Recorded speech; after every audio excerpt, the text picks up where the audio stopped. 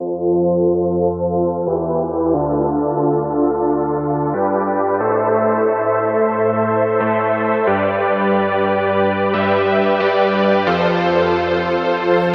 there, it's Stephanie Shea, Chief Astrologer for janspiller.com with your monthly horoscope, and this one's for you, Capricorn. Here we are coming into September, and we've got the sun shining in Virgo through the 21st. This forms a favorable aspect called a trine to your sun, if you're Capricorn sun, or to your ascendant, if you're Capricorn rising.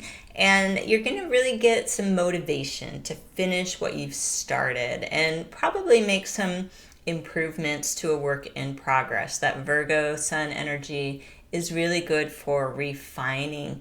And that's going to be helpful this month because I'll get into Mars retrograde later in the horoscope. It's not a great month to start something new. So focusing on how to improve something that you've already started is going to be the best use of your efforts in September. Now, we've got a Pisces full moon on September the 2nd, and this puts the spotlight on important communications for you. You or a loved one could have some feelings bottled up that need to be shared. Pisces is a very emotional water sign. When you combine that with the full moon, which also elevates emotion, generally some feelings come to the surface, and it requires some tenderness, some compassion, not to override how someone's feeling, for example, or override how you're feeling. There really is a healing energy available at this Pisces full moon, but realize that the emotions are magnified. If you want to talk about what's been going on, or someone else tries to initiate kind of an emotionally charged conversation, try to wait until a few days after the full moon. You'll feel more in balance. It will be easier to have a productive conversation and express yourselves more clearly at that time. But you probably will have some valuable emotional realizations, and definitely take note of those to yourself, note to self on the day of the full moon. Then share it a few days later. Now, let's talk about this Mars retrograde. It's in the fiery sign of Aries. It's stationing retrograde September 9th, and this is a cycle that goes until November the 13th.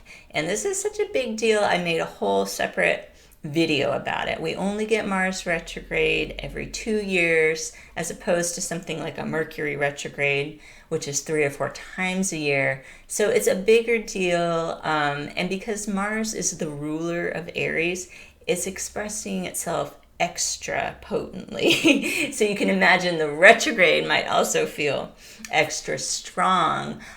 With you as a Capricorn, Aries energy makes a square to your sun. This is important to know. It makes it a bit more challenging, this cycle, for you, perhaps than other sun signs that aren't being directly challenged by it. So it's going to be very important to check yourself before reacting. There's a really impulsive nature. It can be a time where people are more combative, more competitive.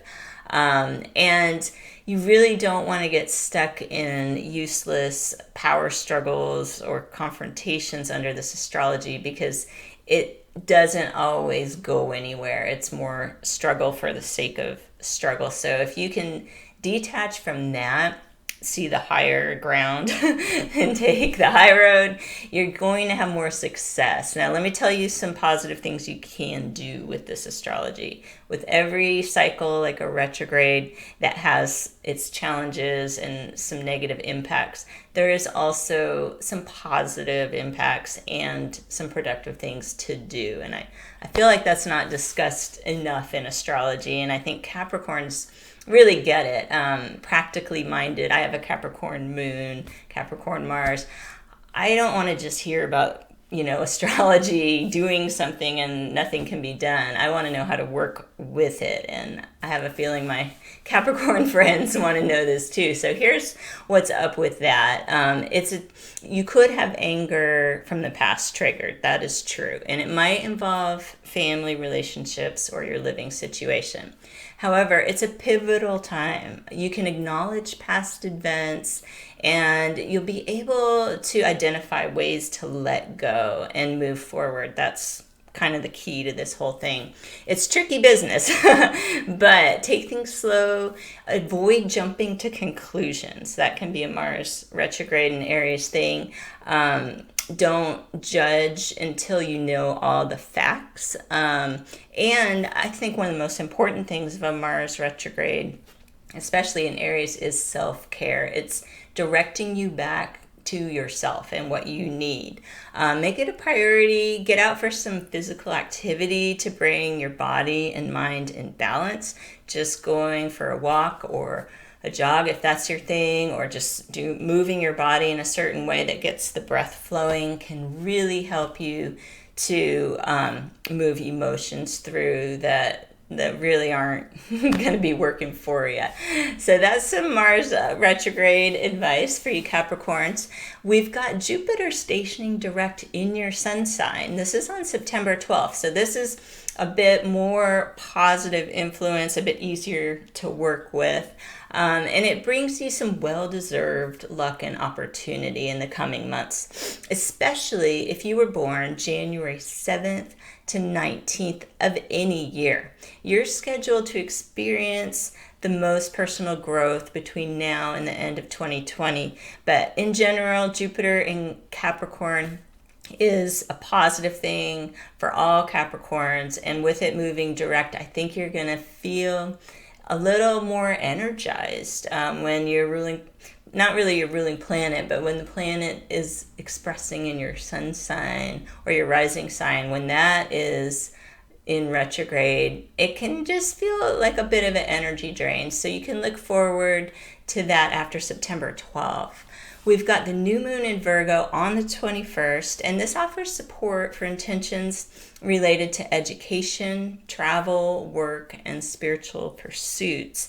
And it's really important to set these new moon intentions, even though we're in a Mars retrograde. The new moon still provides support to manifest what you want when you state it in intentions. And you'll just have to be a little more patient. Things may unfold a bit more slowly. Now, let's talk about the equinox. The sun is entering Libra on the 22nd. This is the fall equinox in the northern hemisphere and the spring equinox for our friends down under. And it's Libra season all over the globe. That's the unifying force of astrology. We all feel that no matter what season we're in.